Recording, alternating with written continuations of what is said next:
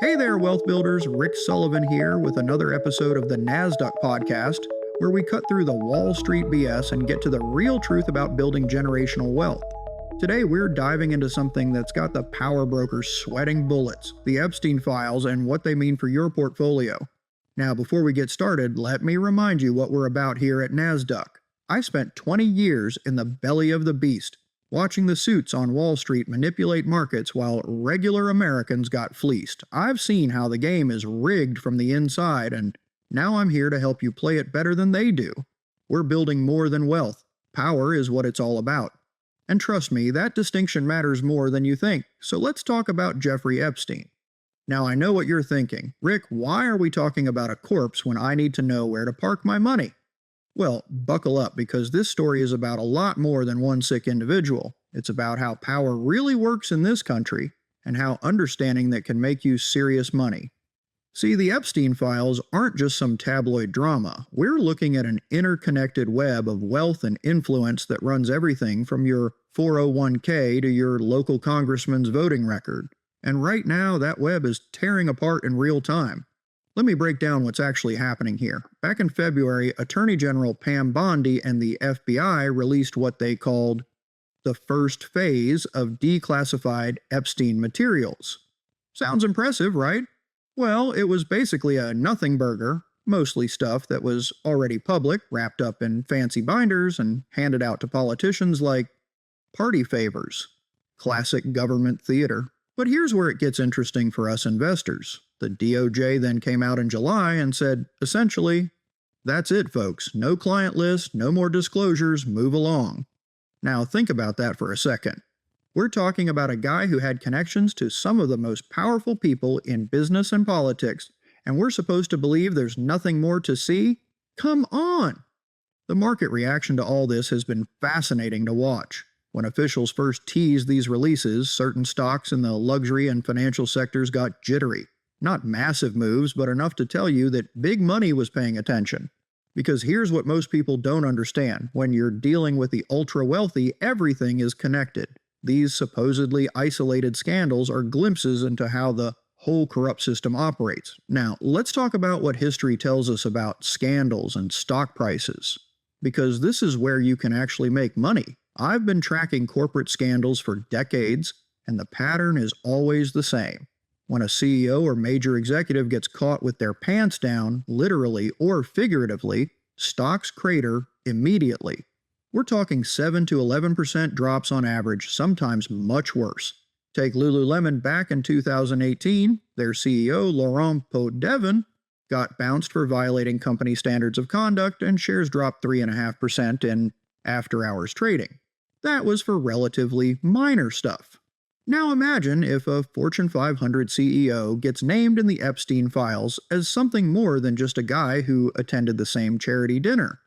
The fascinating thing is, most companies actually recover from these scandals within a few years.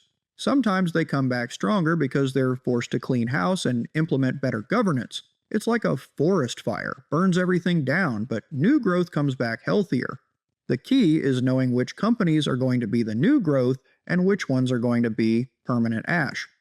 But here's what really gets my blood boiling about all this. The same system that protects these predators and their enablers is the same system that's been picking your pocket for decades.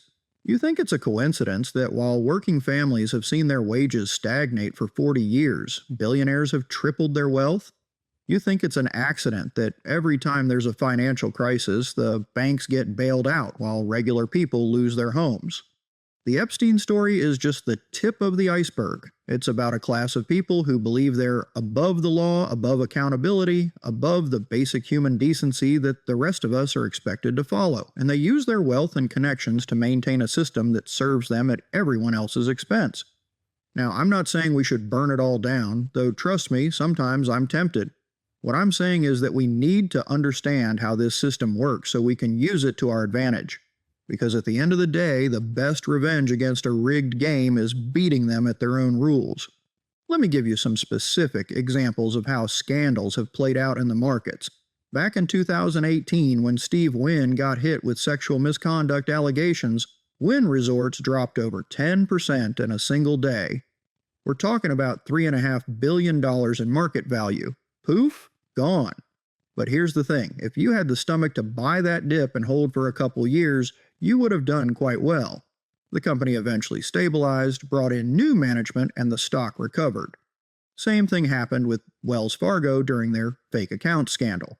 Stock got hammered, dropped 10%, everyone was talking about how the bank was finished. But the underlying business was still sound, they paid their fines, fired some executives, and patient investors made serious money.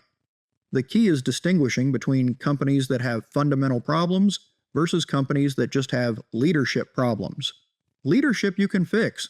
Fundamental business model problems? That's a lot harder. Now let's talk about the financial institutions that got caught up in the Epstein web.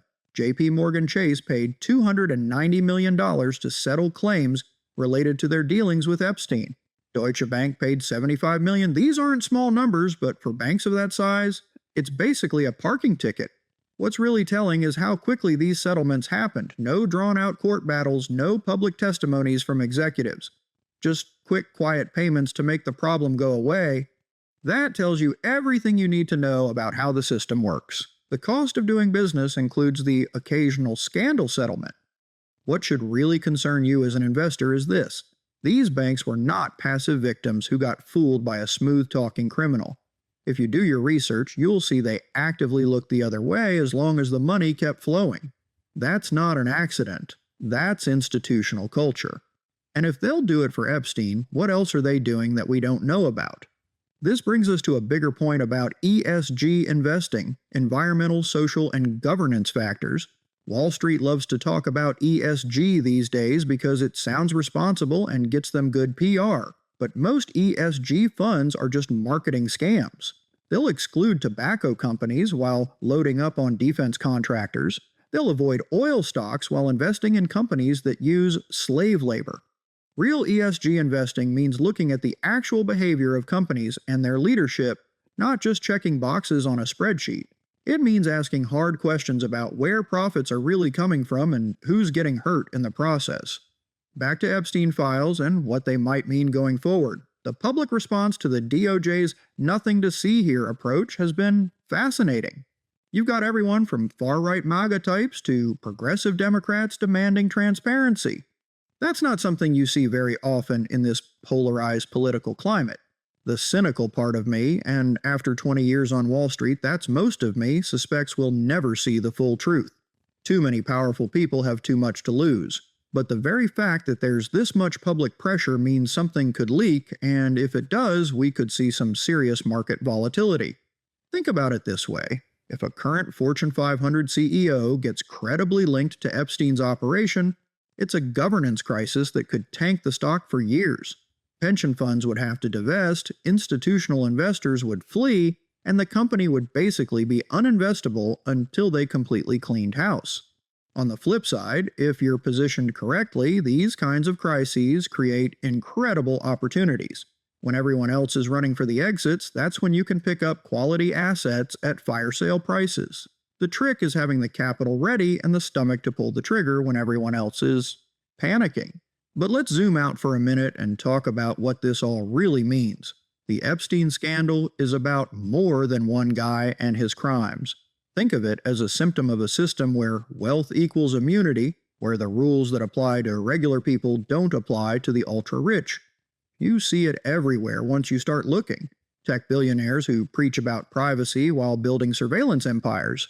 Pharmaceutical executives who price insulin at unaffordable levels while claiming to care about public health. Defense contractors who profit from endless wars while their kids go to private schools far from any battlefield.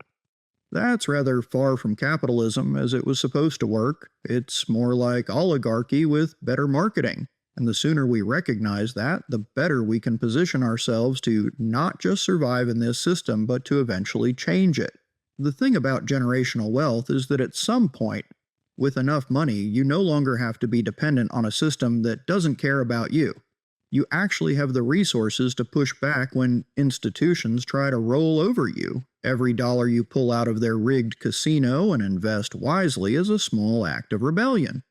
Every time you choose to support companies that actually create value instead of just extracting it, you're voting for a better system. Every time you build real wealth instead of just consuming their products, you're taking power away from them and giving it to yourself and your family. Now it's about time I gave you some practical advice about how to navigate all this. First, diversification is more important than ever, not just across asset classes, but across geographies and political systems. The American empire won't last forever, and when it starts to crumble, you want to have assets that aren't denominated in dollars. Second, pay attention to scandal cycles. When a major corporate scandal breaks, don't just focus on the company directly involved. Look at their competitors, their suppliers, their customers. Sometimes the second and third order effects create the best opportunities. Third, understand that the media narrative and the market reality often diverge. The financial press has a vested interest in maintaining stability and confidence.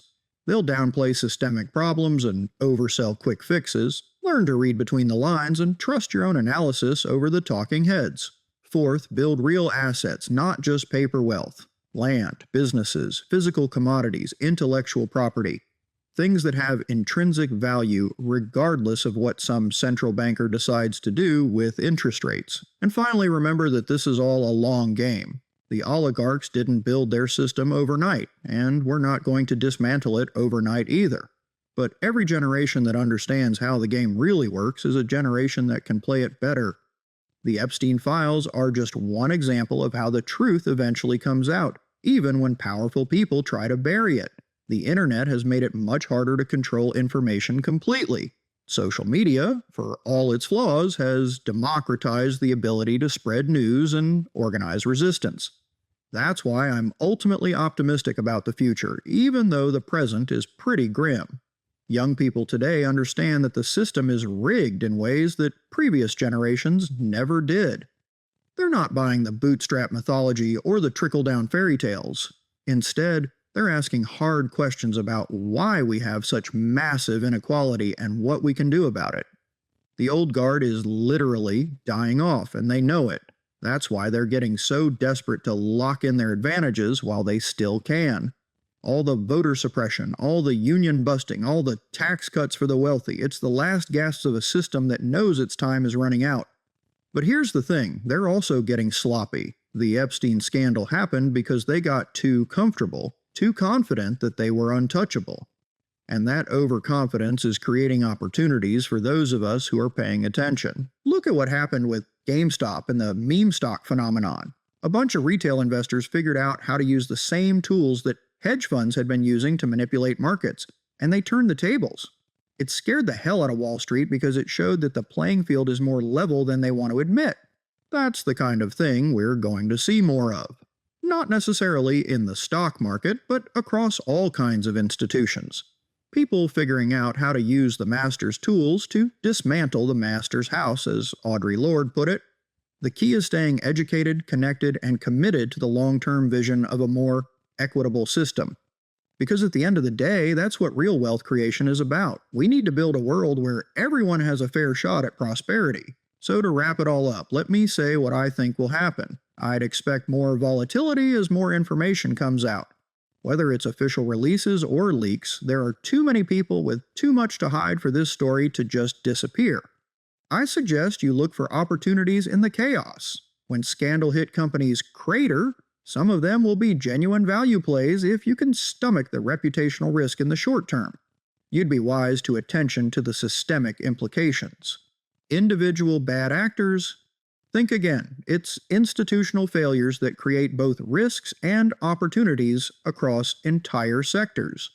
Folks, knowledge is power, full stop. The more you understand about how these networks of influence really operate, the better you can position yourself to profit from their eventual downfall. Because, make no mistake, this system will eventually collapse under the weight of its own contradictions. The question is whether you'll be ready to pick up the pieces when it does, or whether you'll go down with the ship. That's what we're here for at NASDUCK. To help you make money in the current system, but also to help you build the kind of wealth that will survive whatever comes next.